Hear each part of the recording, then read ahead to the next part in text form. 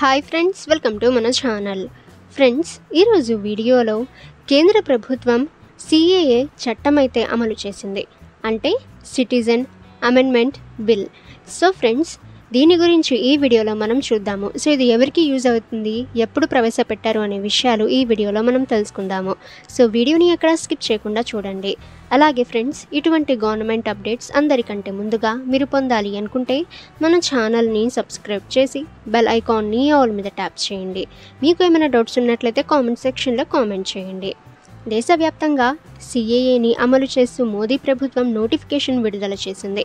దేశంలో అమలులోకి వచ్చిన పౌరసత్వ సవరణ చట్టం నోటిఫికేషన్ అయితే జారీ. ముస్లిమేతర పాక్, బెంగాలీ మరియు ఆఫ్ఘన్ శరణార్థులకు పౌరసత్వం లభిస్తుంది. ఇక షా చెప్పారు, లోక్సభ ఎన్నికలకు ముందు సిఏఏ అమలు చేయబడుతుంది. ఈ చట్టం ఎవరి పౌరసత్వాన్ని తీసివేయదు, ముస్లిం సమాజాన్ని రెచ్చగొడుతోంది. ఇక దేశవ్యాప్తంగా సిఏఏ అమలు చేయబడింది. మోదీ ప్రభుత్వం నోటిఫికేషన్ జారీ చేసింది. 3 దేశాల నుండి ముస్లిమేతర శరణార్థులకు పౌరసత్వం లభిస్తుంది. సిఏఏని హిందీలో పౌరసత్వ సవరణ చట్టం అంటారు.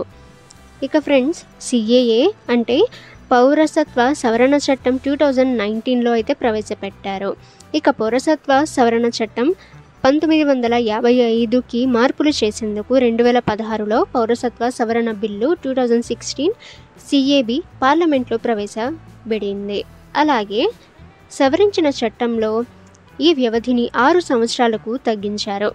ఇక ఫ్రెండ్స్, ఇది 10 డిసెంబర్ 2019న లోక్సభలో మరియు మరుసటి రోజు రాజ్యసభలో ఆమోదించబడింది. డిసెంబర్ 12న రాష్ట్రపతి ఆమోదం పొందిన వెంటనే సిఏఏ చట్టం మారింది. భారత పౌరసత్వ చట్టం 1955 ఇప్పటి వరకు 6 సార్లు సవరించబడింది. ఇంతకుముందు భారత పౌరసత్వం పొందటానికి 11 సంవత్సరాల పాటు భారతదేశంలో నివసించాల్సిన అవసరం ఉండేది. ఇక ఈశాన్య రాష్ట్రాల్లో, ముఖ్యంగా బంగ్లాదేశ్ సరిహద్దులో ఉన్న అస్సాం, పశ్చిమ బెంగాల్లో పౌరసత్వ సవరణ బిల్లుకు చాలా వ్యతిరేకత ఉంది. బంగ్లాదేశ్ నుండి వచ్చిన పెద్ద సంఖ్యలో హిందువులకు పౌరసత్వం ఇవ్వడం ఇక్కడి అసలు నివాసుల హక్కులకు నాశనం చేస్తుందని అస్సాం ప్రజలు వాదించారు. ఇక లోక్సభ ఎన్నికలకు ముందు సిఏఏను అమలు చేస్తామని హోంమంత్రి అమిత్ షా 2 నెలల్లో 2 సార్లు చెప్పారు. సిఏఏ అంటే ఏమిటి, సిఏఏ చట్టం అంటే ఏమిటి మరియు దాని నుండి ఎవరు ప్రయోజనం పొందుతారు అని చూసినట్లయితే ఫ్రెండ్స్, ఈ చట్టం ప్రకారం పొరుగు దేశాలైన పాకిస్తాన్, ఆఫ్ఘనిస్తాన్ మరియు బంగ్లాదేశ్లలో మతపరమైన హింసకు గురైన 6 మైనారిటీలు, హిందువులు, సిక్కులు, బౌద్ధులు, జైనులు, పార్సీలు మరియు క్రైస్తవులు పౌరసత్వం పొందుతారు.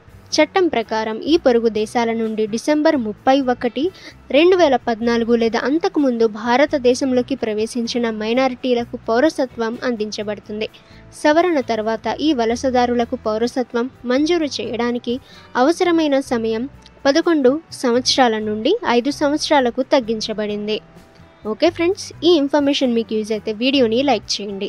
ఇక ఫ్రెండ్స్, ఇటువంటి గవర్నమెంట్ నుంచి వచ్చిన అప్డేట్స్ అందరికంటే ముందుగా మీరు పొందాలి అనుకుంటే మన ఛానల్ని సబ్స్క్రైబ్ చేసి బెల్ ఐకాన్ని ఆల్ మీద ట్యాప్ చేయండి. అలాగే ఈ వీడియోని మీ ఫ్రెండ్స్ అండ్ ఫ్యామిలీకి కూడా షేర్ చేయండి.